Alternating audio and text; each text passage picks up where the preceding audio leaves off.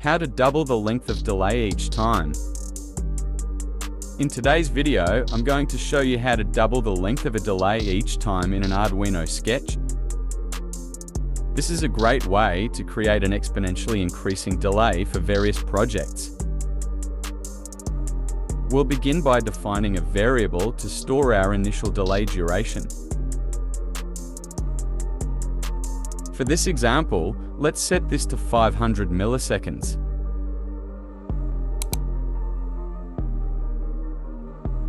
Next, we'll set up the serial communication and configure the built-in LED pin as an output in the setup function.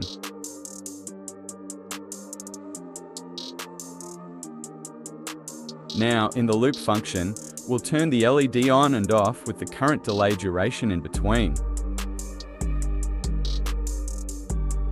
We'll also print the current delay duration to the serial monitor.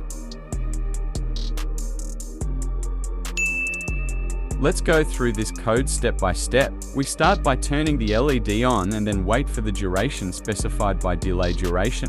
Then, we turn the LED off and wait again for the same duration. After each cycle, we print the current delay duration to the serial monitor for debugging purposes. Finally, we double the delay duration using delay duration equals 2. To prevent overflow, we reset the delay duration if it exceeds a certain value, in this case, 32,000 milliseconds.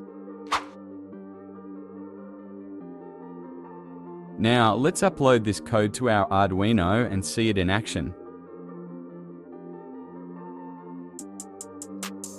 As you can see, the LED starts blinking with a delay of 10 milliseconds. Each time the loop runs, the delay doubles, causing the LED to blink slower and slower.